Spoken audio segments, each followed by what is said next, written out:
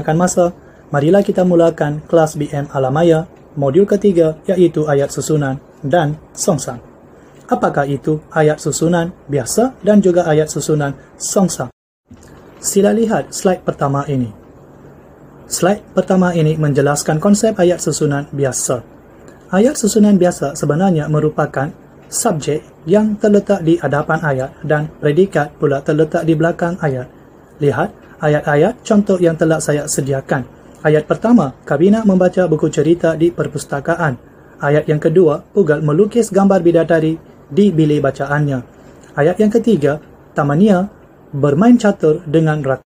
Dengan ini, ayat susunan biasa dapat dikonsepkan sebagai ayat yang susunannya subjek di awal ayat dan predikat di belakang ayat iaitu selepas subjek. Sila lihat slide yang seterusnya. Slide ini menjelaskan konsep ayat susunan songsang. Ayat susunan songsang merupakan ayat yang diterbalikkan. Saya ulang sekali lagi, ayat susunan songsang merupakan ayat yang telah diterbalikkan. Bermaksud, subjek duduk di belakang dan predikat pula duduk di depan. Dengan ini, ayat susunan songsang dapat dikonsepkan sebagai ayat yang susunannya predikat di awal ayat dan subjek di belakang ayat, iaitu selepas predikat. Apabila kedua-dua contoh tersebut ditelitikan, beberapa persoalan akan timbul dalam benak fikiran anda. Soalan tersebut ialah, adakah ayat susunan songsang itu melibatkan pendepanan predikat sahaja? Tidak. Sila lihat penjelasan seterusnya. Cara-cara menukarkan ayat susunan biasa kepada ayat susunan songsang sebenarnya terbahagi kepada 4. Yang pertamanya ialah pendepanan predikat, yang keduanya pula ialah pendepanan frasa kerja, yang ketiga pendepanan frasa sendinama, yang keempat pendepanan frasa adjektif. Janganlah tension dan keliru. Gunakan teknik jadual di bawah. Subjek, predikat. Ayat contoh, Kavina membaca buku cerita di perpustakaan. Penggalkan ataupun bahagikan ayat ini kepada 3. Yang pertamanya subjek, yang keduanya predikat. Predikat pula perlu dibahagikan kepada 2 lagi, iaitu objek dan keterangan. Setelah anda berjaya memenggalkan ayat tersebut kepada 3, maka anda digalakkan untuk menggunakan formula yang saya cadangkan di sini. Sebenarnya terdapat 4 formula, tetapi anda lihat yang berwarna hijau, iaitu pendepanan predikat. Oleh sebab yang ini merupakan kelas Alamaya, jadi pelajar-pelajar tidak perlulah menjadi tension dan keliru. Walau terdapat 4 formula, anda digalakkan untuk menggunakan formula pertama, iaitu pendepanan predikat.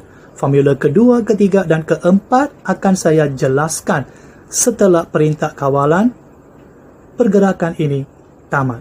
Penjelasan yang lebih lanjut akan diberikan secara bersemuka.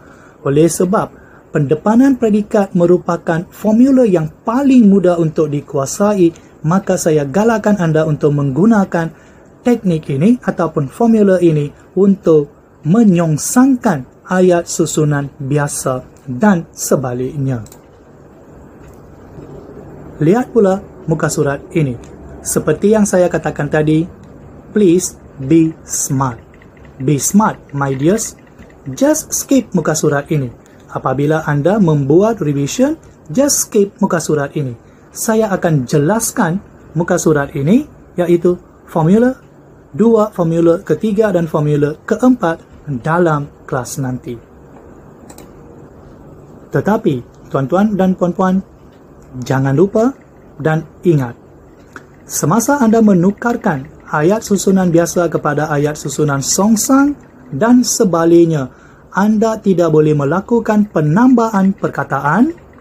Anda juga tidak boleh melakukan penambahan imbuhan. Perubahan di dalam ayat melibatkan perubahan kedudukan perkataan sahaja.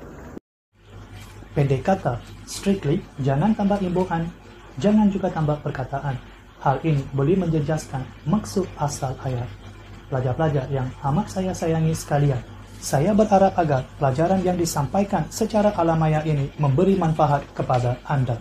Kehebatan video pembelajaran kelas BM Alamaya ini ialah Anda boleh menonton video ini pada bila-bila dan di mana-mana sahaja tanpa sebarang batasan. Jika Anda masih mempunyai soalan, Anda dialu-alukan untuk menghubungi saya. Saya bersedia untuk membantu Anda.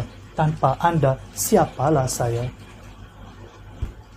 Saya juga berpesan kepada Anda supaya melengkapkan tugasan yang diberikan dalam modul ini. Setiap praktis pengukuhan mempunyai 3 soalan. Jadi, saya harap Anda akan melengkapkan tugasan ini. Tuliskan dalam buku tulis. Anda tidak perlu cetak modul ini. Jangan menyusahkan diri dan juga jangan membebankan ibu bapa Anda. Be smart always.